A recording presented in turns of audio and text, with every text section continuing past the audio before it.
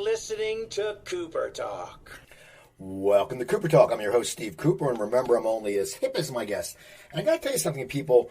Most folks know my guest today as a character in probably one of the most popular TV shows in history and a very iconic show. But what they don't know is he's had an amazing career as a television director. You can call him an entrepreneur because he developed a product with his very, very famous uncle, which we're going to talk about. And he has a new project with his co-star, Don Most, called Harvest Time. And my guest is Anson WIlliams. How you doing, Anson? Hey, I'm doing well.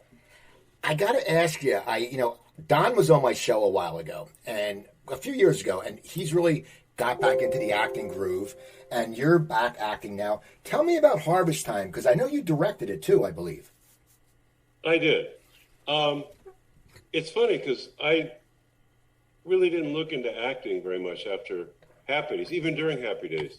I had already started writing, selling, creating shows. I'd done a film with Ron Howard back then called Skyward with Bette Davis, and I was mainly behind the camera.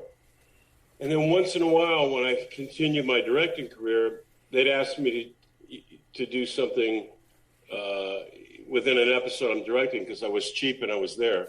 So seriously, man. So I would do that just to help people out. But then this opportunity came about with this amazing script, and the deal was if I wanted to direct it, I had to act in it, and the whole thing was really triggered on, here's Don and me, we're best friends. Would people accept us with the same chemistry in totally different characters? And it was comedic, was dark comedy, but so basically a whole different genre. Would they accept us? I thought it's quite a challenge, and I was really nervous because Don is a phenomenal actor, and I never considered myself that great, but I said, all right, let's take a shot. So it's called Harvest Time, and honest to God, with the help of Don, who really, even though I directed it, Don was very instrumental in my performance because I couldn't see me. He saw me. I'd say cut. I'd go to Don. Was it okay, bro? Was it okay? Was it real? Did you feel? He goes, Anson, shut up. It was fine. It was fine. Really? Was it? Shut up, Anson. It was fine. So anyway, we did it, and it was a challenging film because I played a character that was on a dialysis machine at my house, and I never moved. I stayed in this chair. And Don, he could move around a little bit, and I had a wife who moved around a little bit, but basically it was a one-set kind of premise, and it was actually an award-winning short play, which is a proscenium kind of, vehicle. And the whole challenge was, well, how do I make this exciting? How do I make this not a play? Right. And so that was challenging to figure out, and I think it was successful the way we approached it. But anyway, so we did it. It's called Harvest Time, and just to give people the basic premise, I'm married. Don Most is my brother. I'm his older brother. And unbeknownst to me, I didn't realize I was demeaning and degrading his whole life as an older brother. He had a lot of resentment toward me. We do it in a comedic way, which then goes into more kind of a tragic way, back to a funny way. But I'm dying. I'm his older brother. I'm dying if I don't have a new kidney. And he donated his kidney to me. And I'm so grateful. And he's coming to visit us. And he comes in, and after a few minutes, he came to tell me that he sold his kidney on eBay. And that, don't worry, bro, you'll get someone else. My life's in his hands. Well, now you get the premise of the whole half-hour film, right? And it's really, he's using it as an excuse to get back to the basics of connecting again as brothers, understanding what he felt growing up with me, understanding me and my problems. And we do it comedically, and we also do it dramatically. It's a whole combination. a collaboration of drama and comedy, and who knew we're winning all these awards, and the film's in all these festivals, and it's just Don got many Best Actor awards and Best Duo awards. I got an acting award. I got a directing award, and the show got the best awards, and it's really kind of taken off. It's called Harvest Time, and it was written by just a major playwright, Fred Stroppel, just a brilliant writer, and produced by a wonderful producer, David Levin. And it was just one of those projects that we just, why not? Let's just go for it. And what we discovered, the public did accept us as other people. The public did accept us in these other parts, other characters, whole other genre, but yet the same chemistry. Does the comfortability, because you guys were in Happy Days together for a long time. I mean, Potsie a long time. Did you, when you stepped that first day, because I talked to a lot of bands and that break up, and then that first night they get on stage, they haven't done anything for a while, it just hits. For you, when you sat, and you're sitting in a wheelchair, so it's not like you can really, No, it was not a wheelchair. It was a dialysis machine. Did you? Thank you. Did you? You didn't move. So you just if I had a wheelchair, I could have moved around. So you sat there, and did it just come right back, like the synergy between you and Don? I mean, was it like, okay, we didn't miss a beat. It's been years, but we didn't miss a beat. Well, first of all, I had the opportunity to rehearse for a couple of weeks before. So Don and I got together, and we rehearsed. So. During that process, it was clear we still had it, So by the time it got to set, filming it, it was there. I was more nervous the first time we read together. And when we said yes, but we said yes without reading together. And I thought, what if we made a mistake? What if we're awful? He'd be great. I was more worried about if I was awful. And it became just a challenging, but very just wonderful experience, and yeah. So it wasn't a surprise, but it was a surprise. I knew we had the chemistry. He's my best friend to this day, literally in life. But it was such opposites to who we are, the characters. I didn't know until that first time we sat down together, and. It was quite clear that it worked.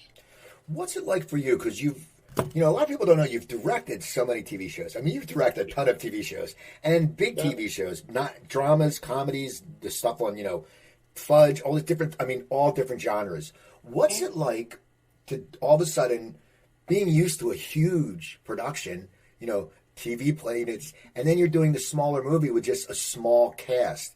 Is it still the same way you direct, or do you have to attack it at a different play? I mean, I know you said you didn't want it to come across as a play, but you have to look at it differently because it's limited characters, and you really have to get the best out of everybody. Well, you have to get the best out of everybody, no matter what the genre. Different genres have different challenges. What's funny, you mentioned a show called Fudge, right? Well, Steven Spielberg produced that.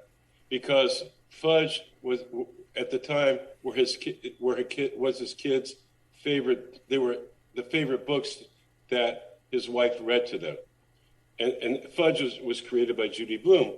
So that was a kids show, not really a kids show. It starred kids, which is actually incredibly challenging, but no near the budget of other film series he was doing. But at the same time, he hired me to do seaQuest, which was multi-million-dollar sci-fi, huge show, special effects. Oh my God, which had its own challenges. So no, I mean, actually that was harder because not only did you have the challenge of just good performance and telling the story, you had all this technical that went along with it. Fudge. It character driven, and you had to get performance out of kids, and you had to get all the stage door mothers away from the monitor so you could do your job, all that kind of stuff. Yeah. So so whether it's a 5-person crew and 2 people or a 100-person crew, and God knows it's all the same challenges. It's whatever you're a storyteller, and whatever it takes to tell that story. Nothing larger, nothing smaller. It's whatever it takes to tell that particular story. Now, I want to talk about Happy Days, but I have a few other things I want to talk about first. What? What? There's a show called Happy Days. I don't know if you heard of it. I think Happy Days are gone. I've been reading the paper too much. No, I've actually been reading the digital internet too much. Happy Days. I forget, remind me what Happy Days are, man. Exactly. On, what's Happy Days? Hey, I'm talking to you. I'm a happy guy. You're in the sun. I'm in the rain. And this is making me happy. Go. Happy Days. You resolved it. And you're talking to me. How did you get into directing? Because it's amazing. I mean, you look at so many shows. How did you get into directing? Because was the seed planted when you were on Happy Days, or when did you sit there and go, you know what? I really like what that person's doing. I want to do that. How did it all happen?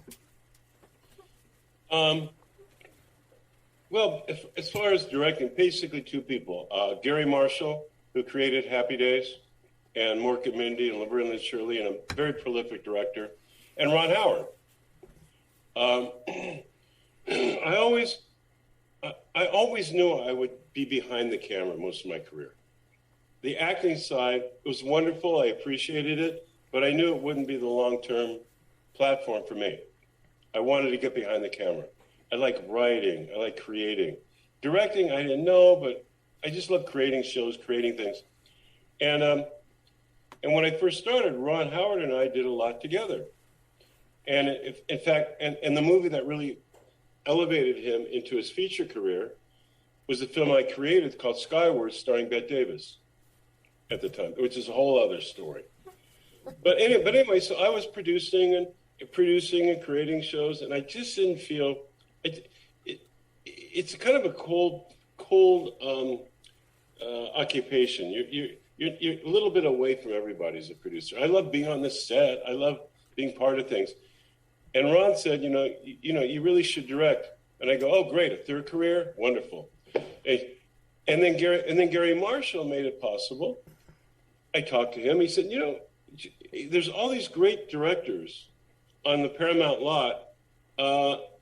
I'll make sure you can shadow them.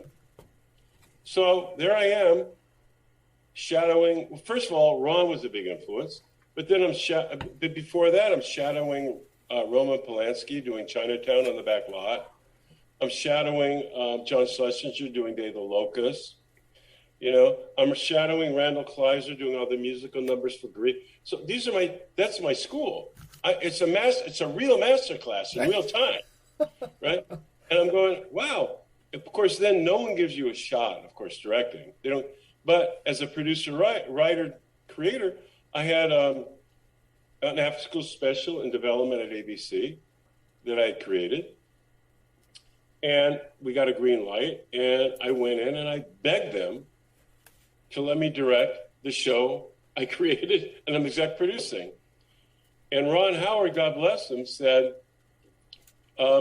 let them know I'll back you if you screw up. Now, at the time, that's like having, the biggest director in the world come in and back you. Of course, they're going to say yes. Right. So I went in there and they let me hire me.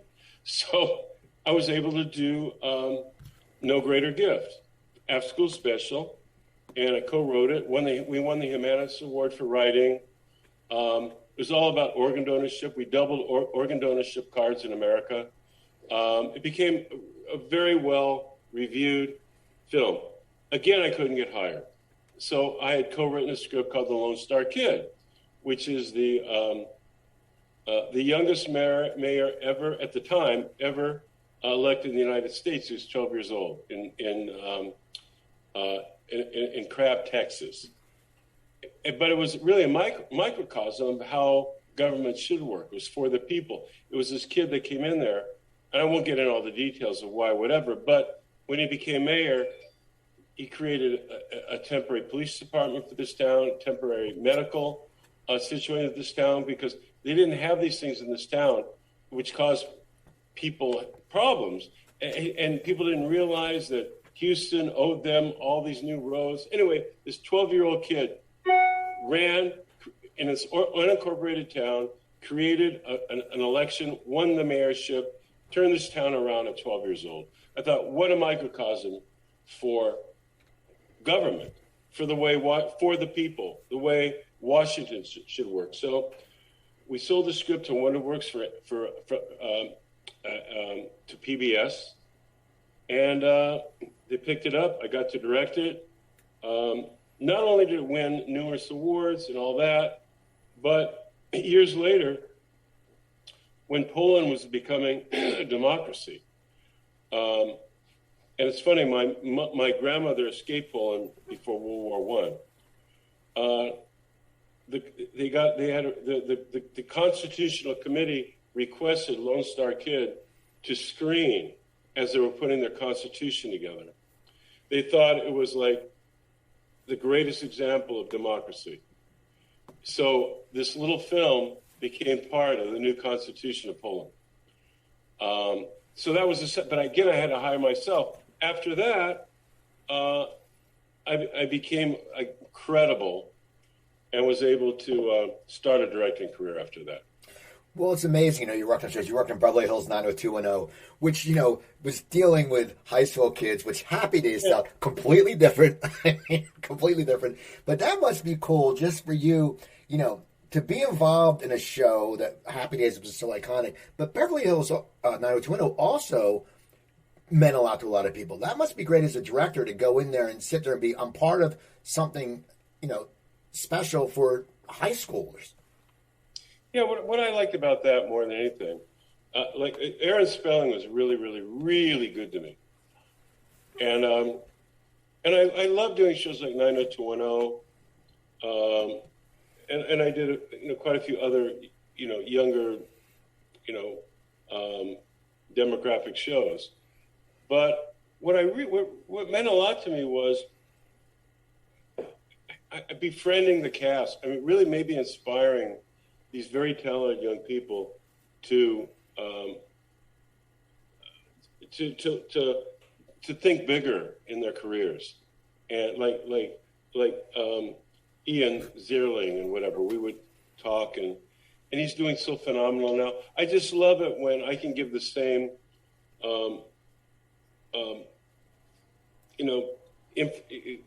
life stories back to them that Gary Marshall gave to me, and hopefully inspire them to take advantage of where they are, and not stop themselves from ego, but to actually see what they have and to broaden their careers.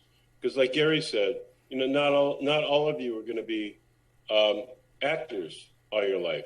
Then he'd look at me and he'd say, especially you, Anson. True story. But you got other talents. You got other talents, Anson. But you got to look a little, wear a couple of more hats. It's good for your life. Well, so that's what I would try to do. When I did shows like 90210, I did 5 years of directing Secret Life of the American Teenager. Yeah. And Shailene Woodley was on that, who was just masterful, and just God, what a amazing actress and human being.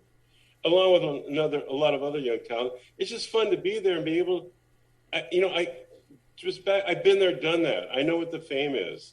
I know everything that can get in the way of productivity, which is ego. And what I would try to do is,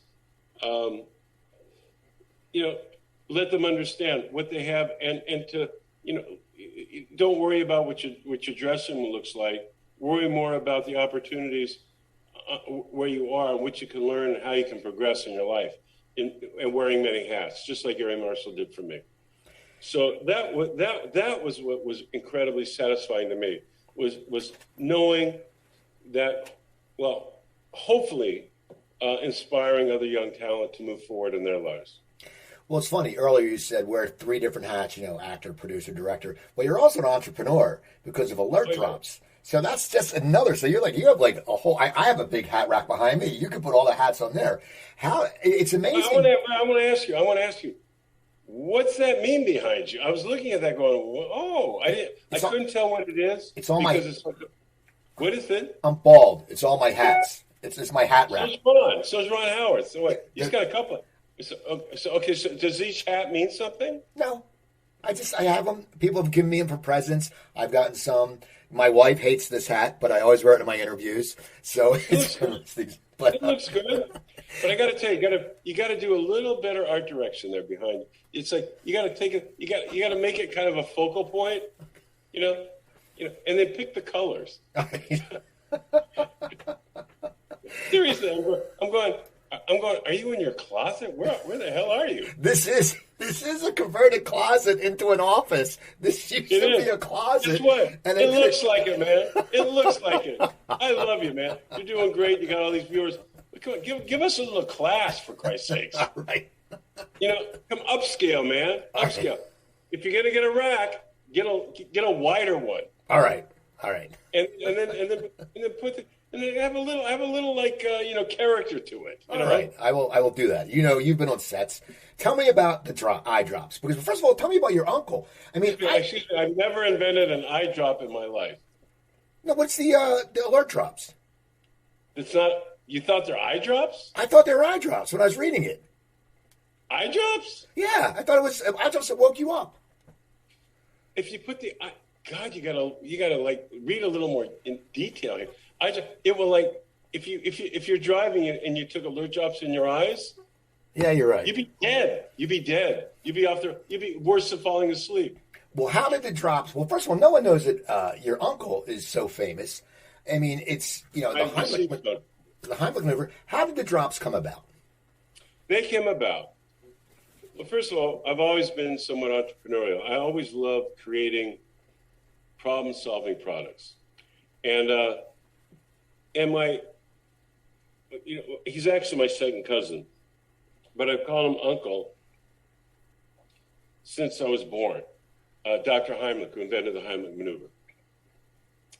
And that's a whole other show I'll do with you in terms of how Happy Days was very responsible for the Heimlich maneuver being what it is today. Very few people know about it because they had a very hard time promoting it. Anyway, backtracking. So Dr. Heimlich, Uncle Hank, but he's my second cousin. But he's Uncle Hank. I was directing a show many years ago. Exhausting day, on location, very hot. I'm driving home, and I black out. I black out by literally falling asleep at the wheel for like a second, and then boom. But I easily could have killed myself, someone else. Thank God I didn't. But I called Hank, and I explained what happened. And he said, Anson, and by the way, Dr. Heimlich was very aware how the body helps the body. A real egghead in so many areas that a lot of doctors really aren't familiar with. And he said, Anson, have cut up lemons with you. I go, why? Why? That's stupid. He said, no, it's not stupid. It's smart. He said, if you're exhausted, if you feel really tired, say, take that lemon, bite into it. And he said, it's very old science. And it's true. MIT did a study on it 50 years ago, whatever. Very old science.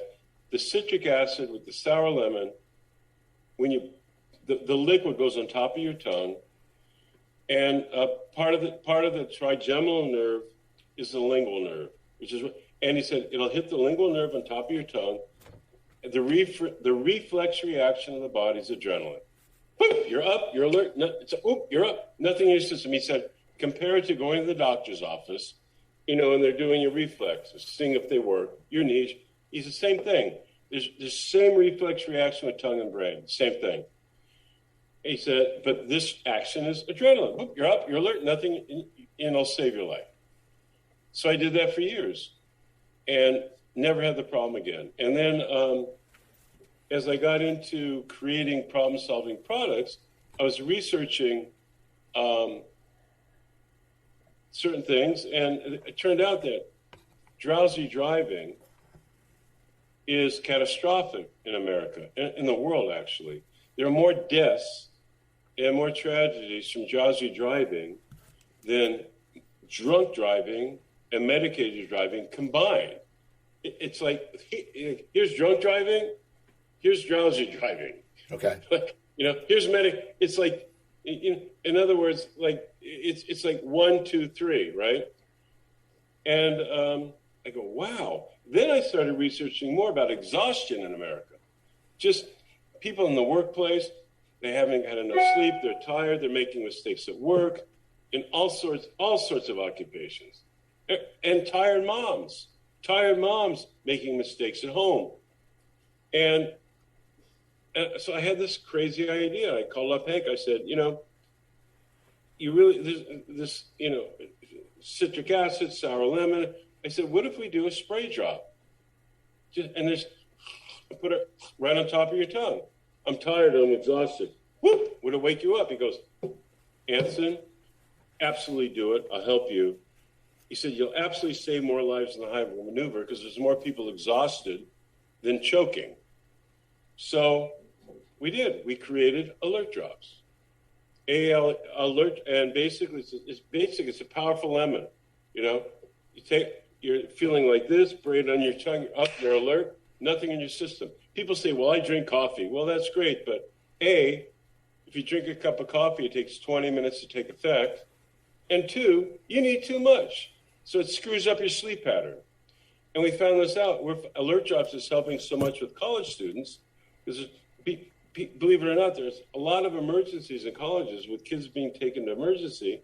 They're overdosing on caffeine. They're overdosing on this energy crap to try to get through finals. They stay up all night to do their finals.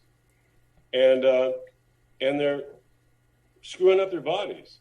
And then if they're taking too much caffeine or whatever, they're screwing up their sleep pattern. It's an endless problem. And Alert Drops, it's like an instant, and you take it when you need it, and then when you go to sleep, you go to sleep. There's nothing there in your system to screw you up. So anyway, we created Alert Drops, and if people go to alertdrops.com, not only can they save unnecessary tragedy with their husband and kids and their own selves and your friends, but you can save unnecessary tragedies for the cars these people hit. Right.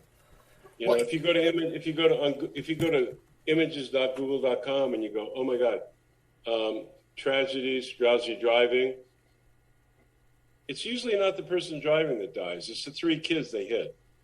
So it's in this crazy world today where we feel not in control of so many things. This is one area we can control. Very simple way to solve the problem. Either have cut up lemons, and I tell people this: if you don't want to buy Alert Drops, this is very reasonable. A month of Alert Drops is less than 2 Starbucks. I say, fine, have cut up lemons. Just don't have unnecessary tragedy. If you have a little citric acid, a little sour lemon on your tongue, you'll save your life and many others.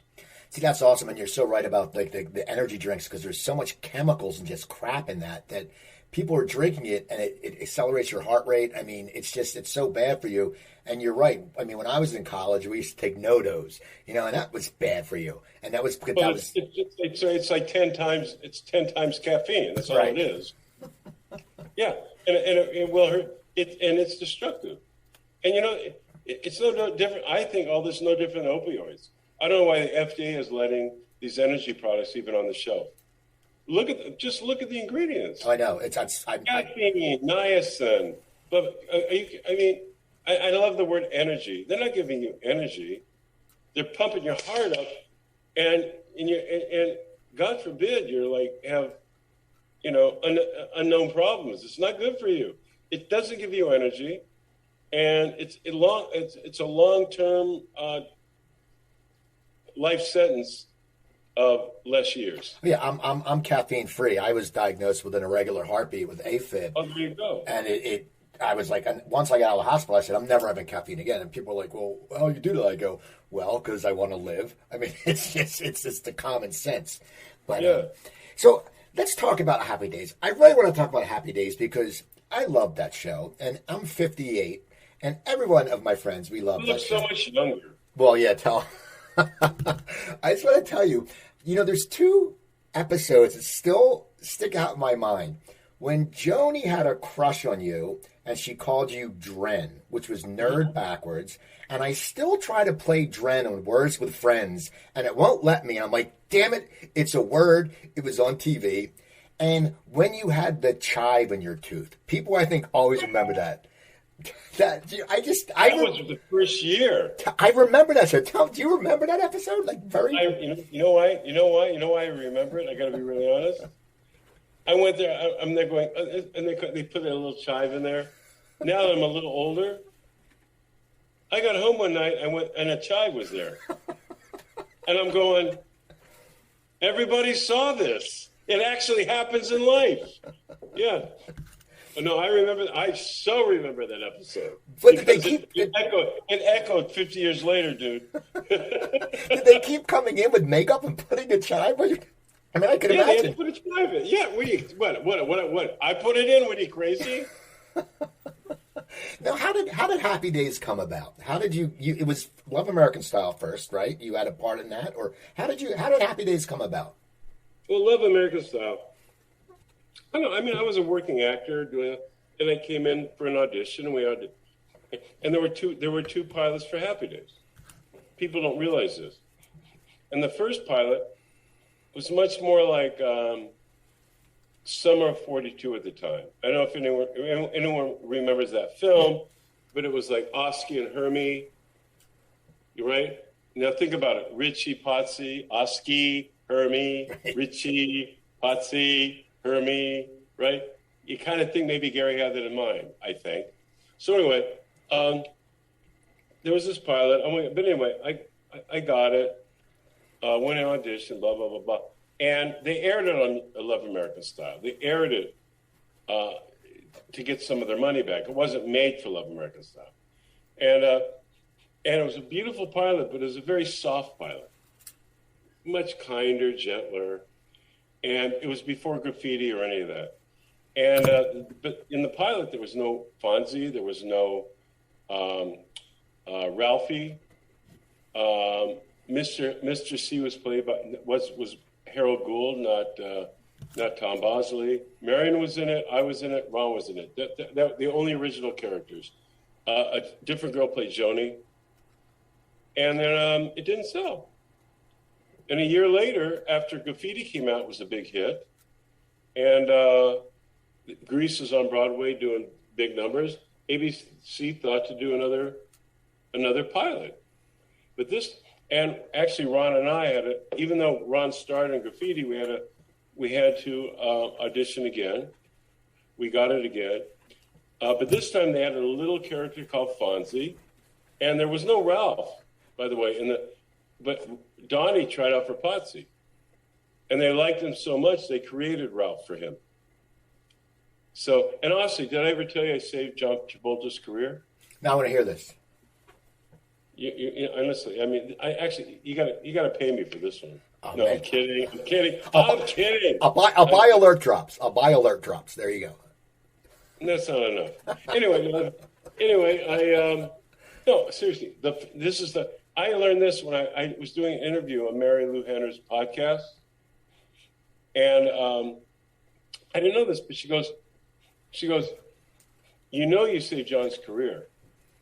I go, how? What are you talking about? I mean, I actually met him a few times when he was doing Barbarino, on the ABC series and all that, but I didn't know him very well or anything. And she goes, no, you see, the first pilot, the one that didn't sell. Oh gosh, let me stop this. So he actually tried out for Potsie, and I saved his career by getting it. And he got on the ABC list, so then he was able to audition for Barbarino, which is a much cooler part for him. To right, sexier part to go up, right? So I went, oh my God, this man owes me 10% of his damn life. He could have got, if I was just not, if I was just a little less, he could have gotten the part, and that'd have been it. It'd have been over for him. So there you go. Save John Travolta's career. That's actually gave the world a chance to see his talent. Exactly. Right? Now, you sang on the show too. How did that get written into the scripts? I mean, was it something that, did you always sing? Like as a kid, did you sing? I mean, how did you find this talent? Because you had a very good voice.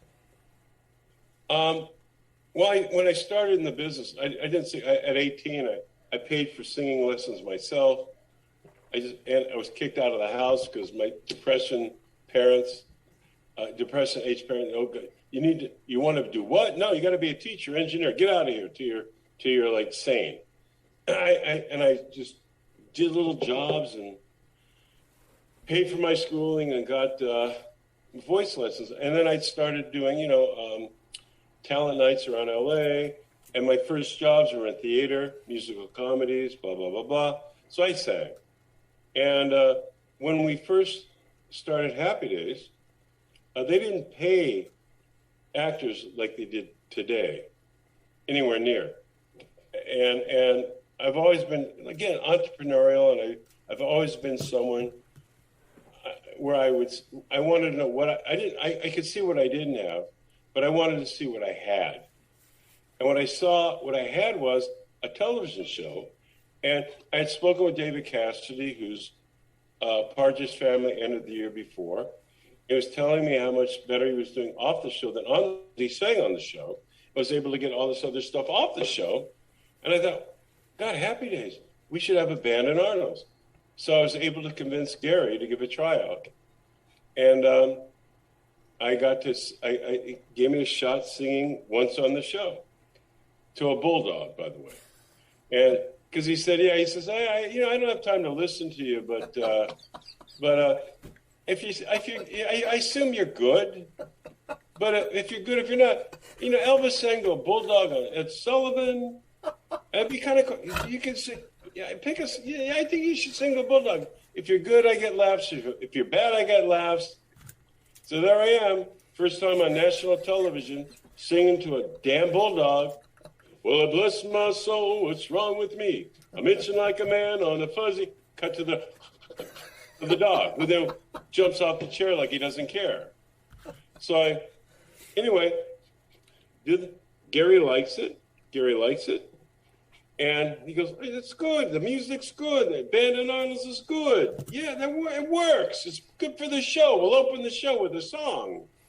So about every third episode, I got to sing. And I was making like $900 or $1,200 an episode. No one made money back then on it.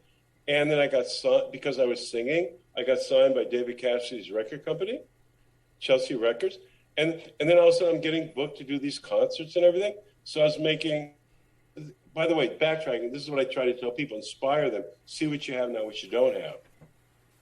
Because of this, I was making my little bit of money on the show every week, and $17,000 a night singing in concerts.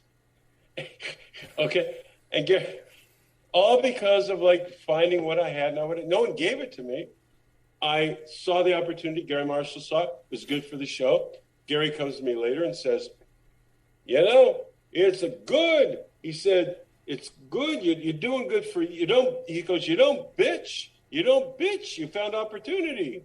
You gave me, and it's good for the show. You're singing it, and you're doing good off this. This is all good.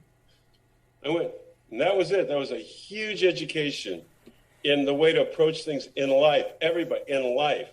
Find what you have. If it's personal, I don't care wherever you are. There's always good.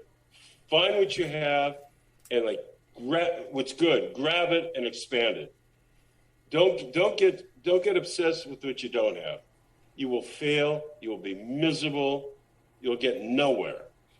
And this is a very clear example of how it works.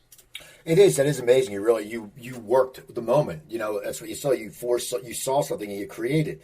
Now, what I want to talk to you also about is Happy Days was so big. And when you talk to younger people, you try to explain that there was 3 channels. There was 3 in Philadelphia. It was 3, 6, and 10. Then we had 17, 29, and 48. But there was 3 channels. So when people watched a show, everybody watched it.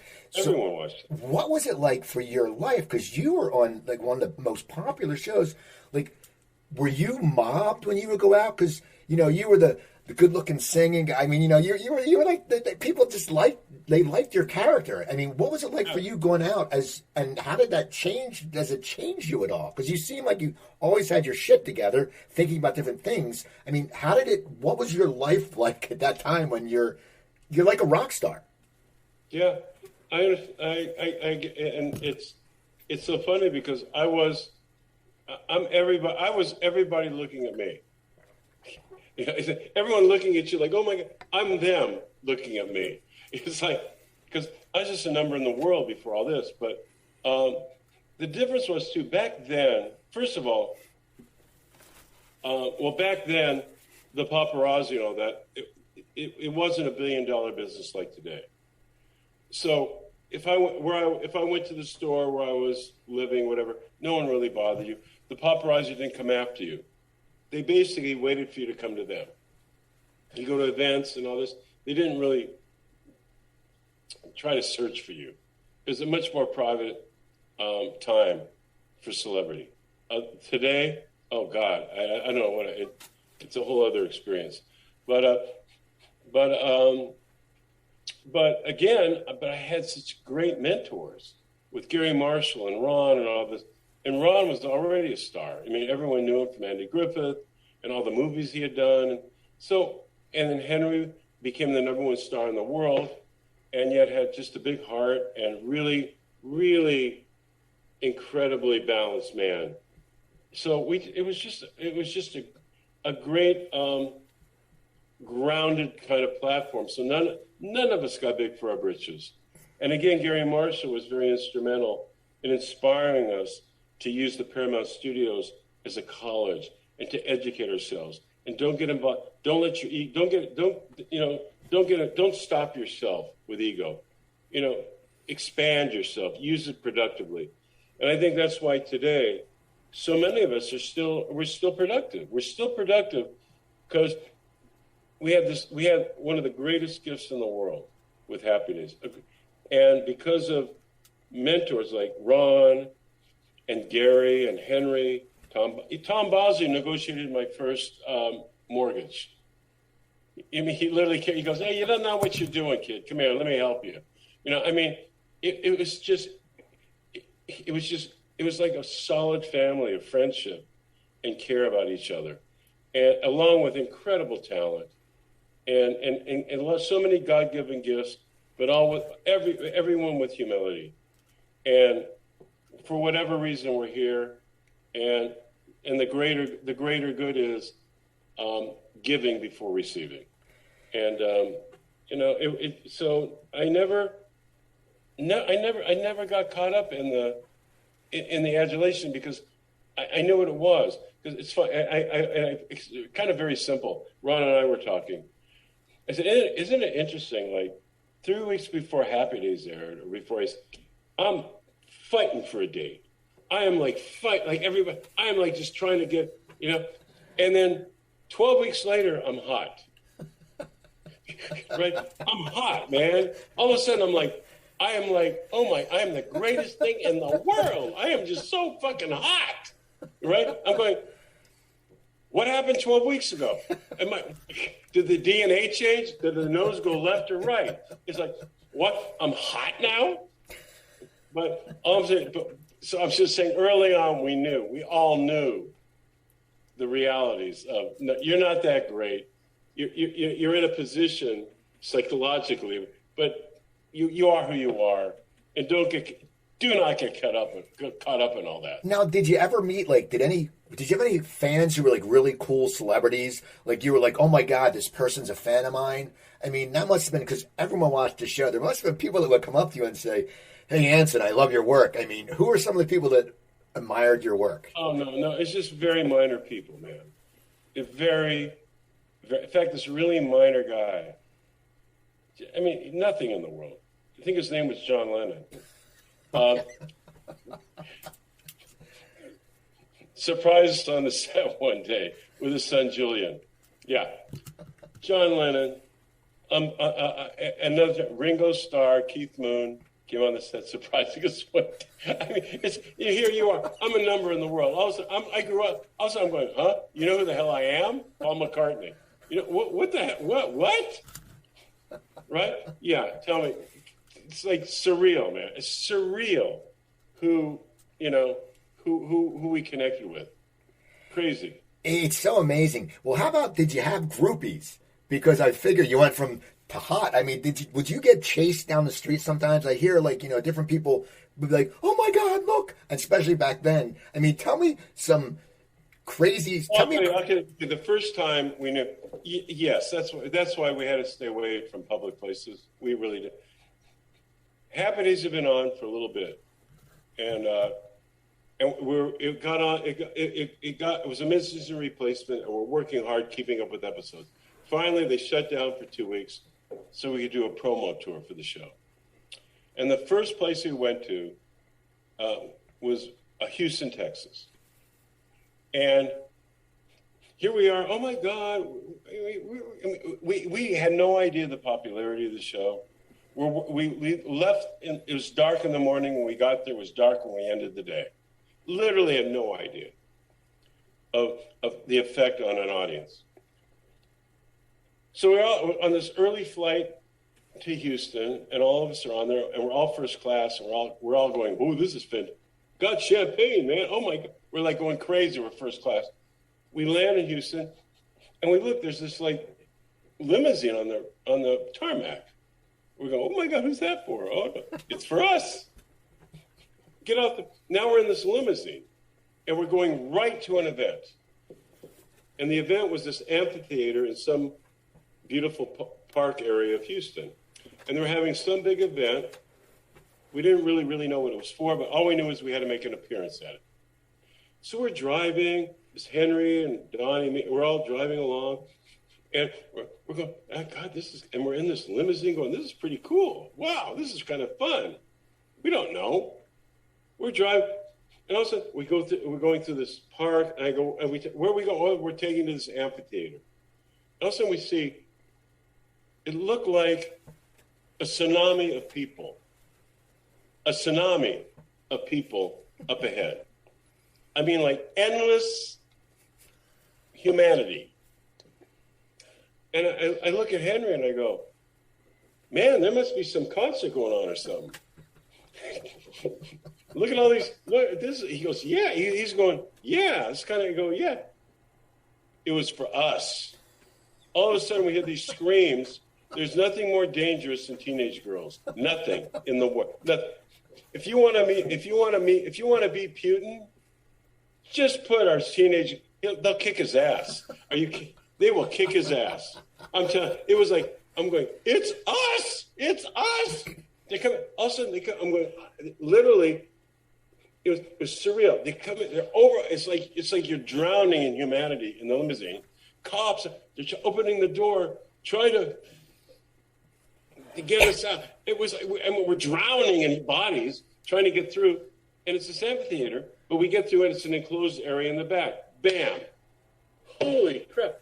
Our clothes are torn. Everything, and we're all going, "What the hell, man? What?" They put wireless marks on this for this whatever it was like. It was some show they were doing. And all we're going to do is go on stage and be introduced. To this day, I don't know why we're introduced. So they put these mics on us, and all of a sudden now the place holds like 5,000 or 6,000 people. There's it was like 30,000 people aside from what came after us. So we get out. We get out there. We get out there. Now remember, we're young guys, not married. We're cool. We're out there, and also we walk out. The screams are so loud. The decimals. We almost like fainted. And And look, and Henry's looking. I go. Henry just goes, "Hey, forget about it. Forget about it." I turn to Don. I go, "Hey, bro, I think we're gonna get lucky." True story, man. Absolutely true story. Can you do me a favor? What? Can you tell me another story? Because that story was awesome. I would like to hear another Happy Day story from you that you remember. But that one's pretty, well, the John Lennon one was pretty amazing, and that's pretty amazing, yeah.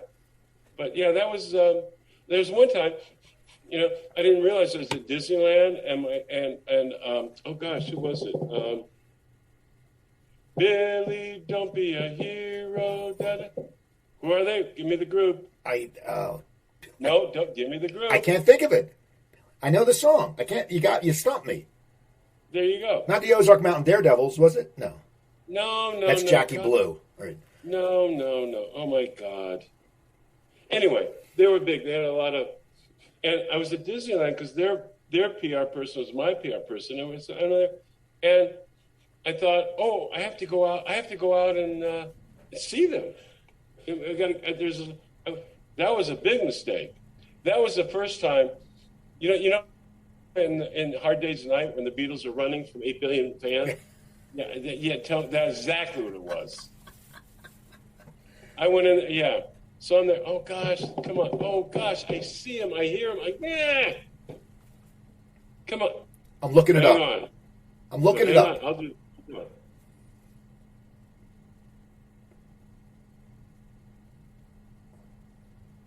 Who's saying Billy Don't Be a Hero?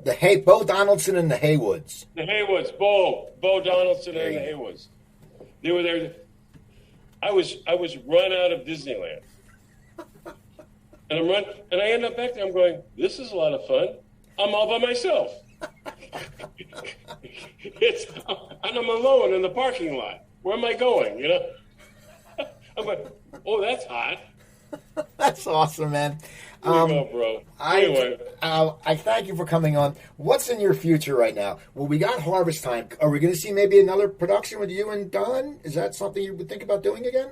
Oh, I'm dealing with. We'll be back later. There's a few other exciting things.